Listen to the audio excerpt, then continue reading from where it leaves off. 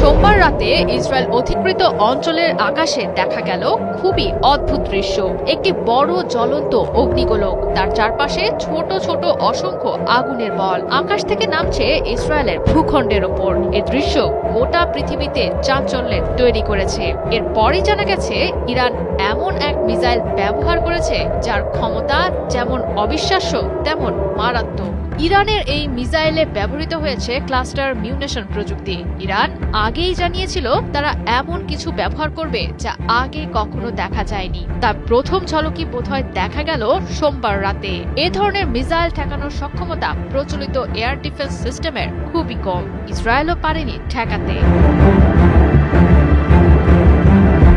Cluster মিউনেশন হলো এমন এক ধরনের ক্ষেপণাস্ত্র যেটি বড় একটি ওয়ারহেড মাঝ আকাশে খুলে অসংখ্য ছোট ছোট বোমা বা সাব মিউনিশন ছড়িয়ে দেয়। এটি একবারে বিস্ফোরিত না হয়ে বিস্তারিত এলাকা জুড়ে অনেক ছোট ছোট বিস্ফোরণ ঘটায়। নির্দেশনাবিহীন এসব বোমা নিচে পড়ার সঙ্গে সঙ্গেই বিস্ফোরিত হয়। ইসরায়েলি প্রতিরক্ষা বাহিনী IDF এর তথ্য অনুযায়ী এ ধরনের ক্ষেপণাস্ত্রটির ওয়ারহেড প্রায় 7 কিলোমিটার বা 4 মাইল উচ্চতায় গিয়ে খুলে পড়ে যায়। এরপর এটি প্রায় 20টি সাবমিউনিশন ছড়িয়ে দেয়, যা প্রায় 8 কিলোমিটার ব্যাসার্ধে ছড়িয়ে পড়তে সক্ষম। সাধারণত ছোট বোমাগুলোর শক্তি তুলনামূলকভাবে কম হলেও বিস্তৃত এলাকা জুড়ে ছড়িয়ে মারাত্মক ক্ষতির জন্য এটি তৈরি করা হয়েছে, সামরিকভাবে যাকে বলে এরিয়া স্যাচুরেশন ইফেক্ট।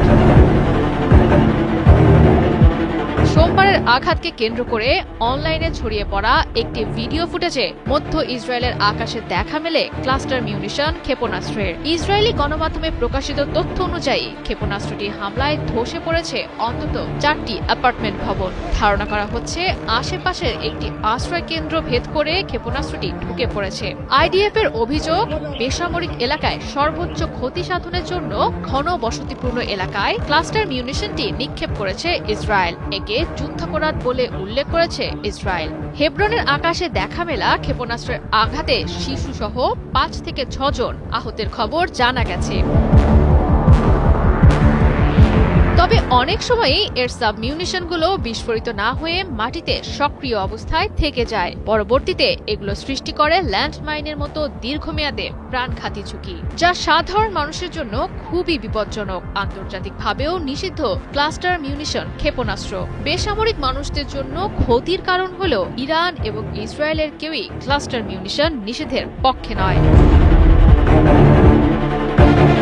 জয়া সরকার, ৭১।